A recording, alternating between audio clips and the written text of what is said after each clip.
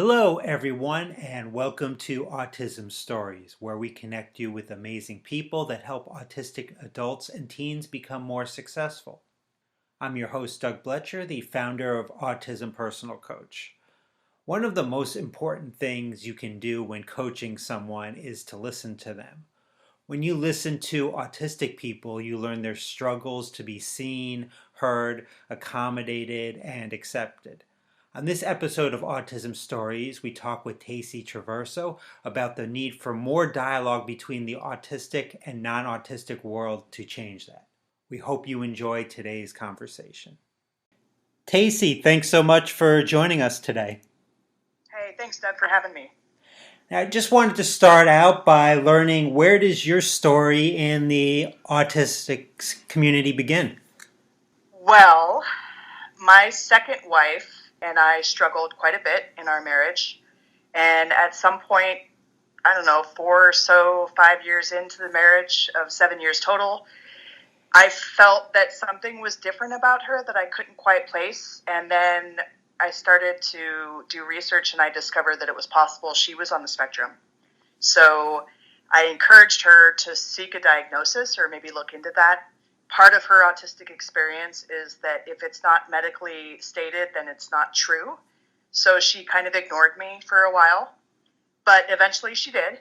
And she saw a psychiatrist who diagnosed her, and then she got a full battery of tests that showed her, she's face blind and she's got this, and that's just all of the strengths and weaknesses of her experience. So with that in mind, I went to a therapist myself locally who specialized in autism on purpose because I wanted help learning how to be a better partner for her.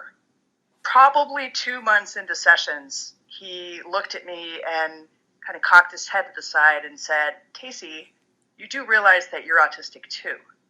And I cried the whole way home. So I then spent many sessions challenging him. Hey, prove it, prove it, prove it, prove it. Why did you say that? What does that mean? Prove it, show me, prove it. Like any typical autistic person might do. Eventually I accepted it, and then I sought diagnosis from another psychologist just to verify, and he also concurred. He would tell me that I tell very entertaining stories. It prompted me to decide to write a blog, and that launched me into the community in a very big way. So currently you are a senior business development executive at Fisher Investments, which is a privately owned independent money management firm headquartered on the West Coast. Yes. You have worked there since 2013. You were diagnosed after you started working there? Correct. How did you disclose this diagnosis, and what's been the feedback you've received since then? Well, I'll try not to go on too much, but I immediately disclosed it to my manager and the VP, the group VP, and said, I don't really know what this means, but I can see how it impacts me here in a way that I didn't understand before. I've always been impacted at the firm due to my autistic experience, but I didn't know that's what it was. So I disclosed it and said I wasn't really sure what it meant. We talked to HR just to make sure that they knew, and they all encouraged me that if I needed an accommodation, to let them know. I guess I kind of started coming out of the autistic closet in a pretty intense way and started asking for accommodations. For example, it's an open floor plan. So I might be on a sales call, but I've got coworkers on either side within 4 feet of me. And it was very hard to focus on the call because I was getting distracted by the other voices or action or activity. So they found and ordered me a special headset that's noise canceling so that when I'm on a call, I don't hear the others. And my boss always runs the seating plan by me first when he wants to change seats. He has started putting me at the ends of the aisle, so I only have one person next to me. And he carefully thinks about who's going to be around me. And now there's a diversity and inclusion task force at the firm, and I'm on it. I can't talk about it too much to protect firm. Sure. But I'm the only neurodiverse person so far identified on the group, and it's been very positive.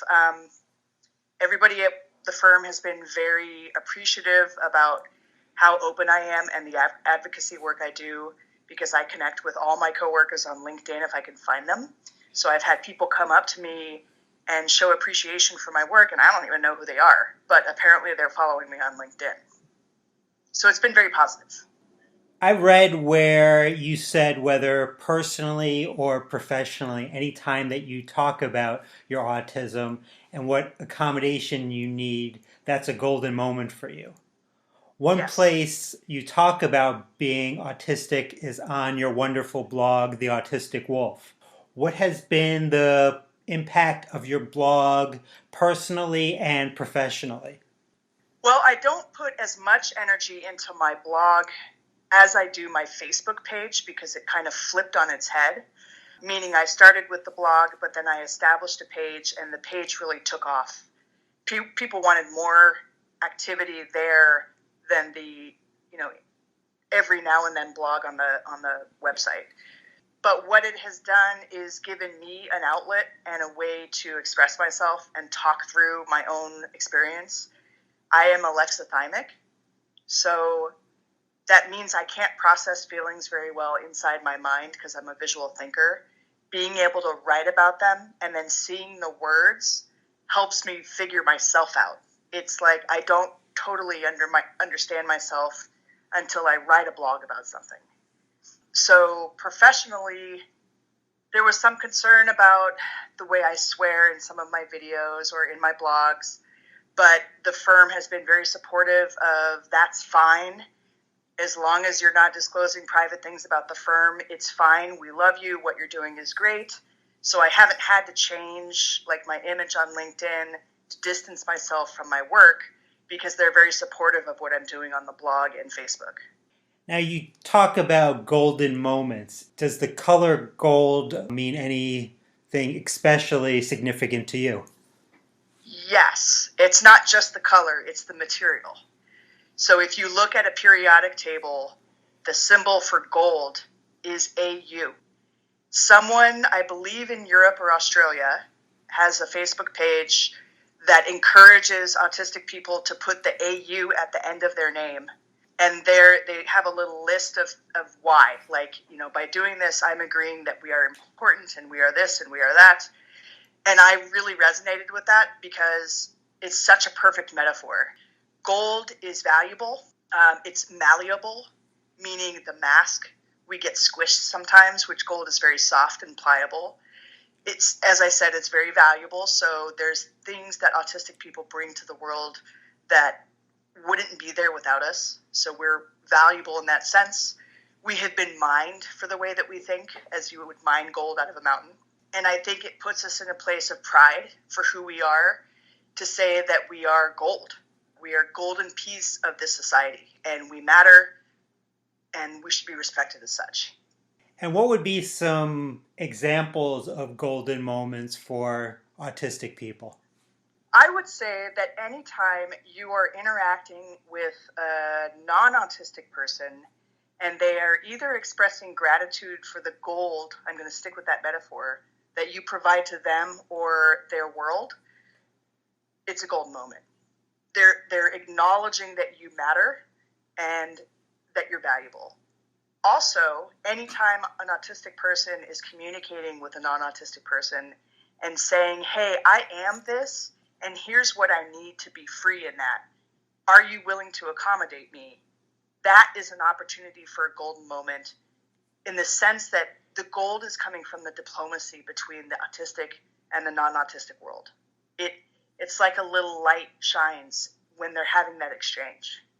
Now, not only do you want people to individually have golden moments, but to collectively as well for autistic and neurodiverse people with the day, our golden moment.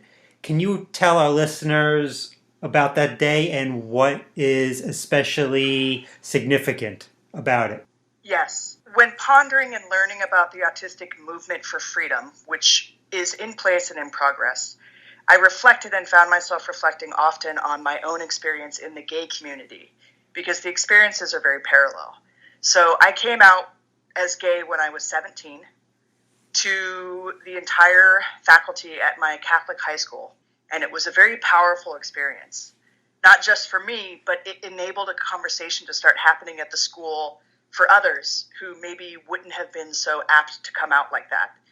In reflecting and bringing that back to the autistic community, everything I've learned is that we have some dates here and there throughout the year, and there's different leaders pushing different ideas, and that's great, but there hasn't been a solidarity or unification. But the challenge is we can't go into the streets and do a march like Black Lives Matter movement or the Gay Pride Parade because we're autistic.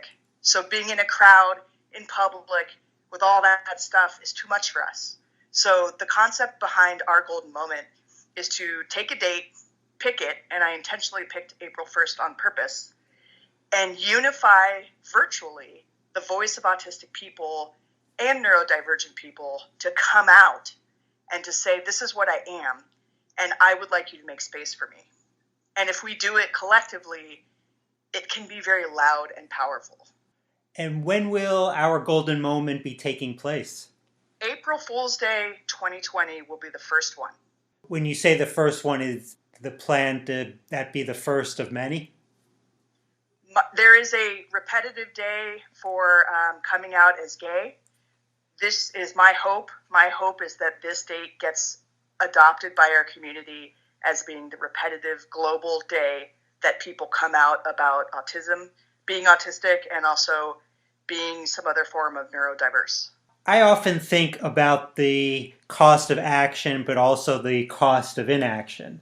So what would you say is at stake for autistic and neurodiverse people if they don't come together on a day like this? Such a hard question, Doug. I say that because there are so many autistic people that are terrified of coming out. Mm-hmm. And you can't force anyone to do that. Again, go back to the gay analogy. You can't make someone come out as gay. And in the late 90s, it was a very different environment, and there was still murder happening to people who were gay. And that still happens today, but it was worse then. So if people are brave enough to do it, great. The cost of inaction is a smaller voice. But if you think about how powerful it would be if every autistically identified person took to the social media airwaves on that date, we would be creating a newsworthy, powerful statement to a world that hasn't made room for us because they don't think there's enough of us to care. A day like this makes me think about why awareness is so important, because without it, there can be no communication. And without communication, it's very difficult to make things better. How much of a focus is this day in bringing about communication between neurodiverse and neurotypical people? Well, the primary function is to, quite frankly, be disruptive and force a conversation about why autistic people picked or are coming out or are being disruptive on a day that much of the neurotypical world loves, April Fool's Day. But it's such a perfect day to force that conversation because if you look back to the Middle Ages when the April Fool's Day thing even started, it was intended to make fun of the most gullible people, the fools of the village, so to speak, which is so perfect for what we are in the sense that I hate that day. I hate that day because I'm authentic and I don't understand practical jokes and I read everything as true and I am literal. So that day is very uncomfortable for me. If autistic people come out on that day, they are forcing a conversation with non-autistics as to how uncomfortable that day is. And now that's started a conversation that can branch off into lots of different places. I love the word that you used earlier, disruptive, because if you look back at civil rights history, it's always been disruptive moments and actions that have led to change. Exactly. Now, how can people get involved or learn more about our golden moment? unfortunately, my website went down, so I'm trying to build it up again. And if anyone wants to volunteer to help me, I'll take it. So I would say to go to the website, but it's a work in progress. It's ourgoldenmoment.com. Right now, there is a Facebook page with an event on it. It's facebook.com/ourgoldenmoment, all together, no spaces. And you can go to that Facebook page. You can like it and follow it. It's quiet right now, but it won't be soon. And there's an event that you can mark yourself as attending or interested. What the plan is as I get closer to April, as we all get closer to April, I'll start using the network to create different coming out statements in the form of memes and visuals that people can just easily share on their page to come out. And hopefully we can take over Facebook and whatever other social media we're involved in. You were talking earlier about, for autistic and neurodiverse people, doing a parade is not, or a march is very challenging. I certainly have some ideas of why that is, but can you maybe talk about, from your perspective, why that is so challenging? Oh, sure. Yeah, I did the whole gay pride parade thing when I was younger. I won't go now, and it's for sensory reasons predominantly. It's too much. There's, on my blog I talk a lot about being a wolf, because if you think about a wolf and take them out of the forest and just randomly go put them in Ford's manufacturing plant, imagine what that wolf's experience would be like. They would be scattering all over the place, not know where to go. This sound startles them. That sound startles them. Their hair is up on the back of their neck. All these people, they don't know who they are. They don't know what their intention is. There's nothing familiar about the environment that's comfortable for that wolf. To me and my experience, that's what crowds are like. That's what a march would be like. Too many smells, too many sounds, too much light, too many people in my space, unpredictability. I don't know if someone's going to get rowdy. What do I do if they do? It's just way too much. But sitting in my living room on my computer is an environment that I can handle. Well, Tacy, normally I would thank you for the conversation and thank you for the opportunity to learn from you. But today I'm going to instead say thanks for the gold. Hey, I love that. You're welcome, Doug. I hope it's okay that I share this podcast to the world. That's, my little world, whatever. And if anything else comes up that you have questions about, I'm here to help. Thank you for listening to today's episode, and thanks to Tacy so much for the conversation. It was once said that to measure the success of our society, we should examine how well those with different abilities are integrated as full and valued members. Our golden moment is an important step in that direction, and that is why Autism Personal Coach is a proud supporter, and we would urge other organizations whose mission it is to truly provide support autistic people to do the same. Modern life can be challenging for anyone. When you're autistic, the world isn't designed with your unique traits in mind, and everyday demands can feel insurmountable. At Autism Personal Coach, we celebrate neurodiversity by empowering adults and teens to be the best version of their authentic selves. The people we serve are the real experts. We're here to help their goals become a reality. To get an autism coach for a loved one or yourself, you can email doug.bletcher@autismpersonalcoach.com or call or text 216-336-5889 and request a coach today. On the next episode of Autism Stories, we will talk with Marcel Ciampi about how autistic women present differently than men. Talk to you then. Conversation issues, keeping it short, even with practice, we still struggle to having a relationship with someone we like, talking to people doesn't last that long, going on outings, sometimes alone,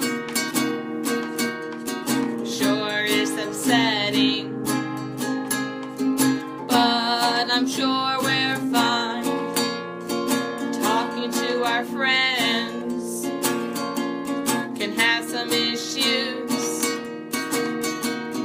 constantly asking the same questions to them. Who am I? I'm a human too. I'm just like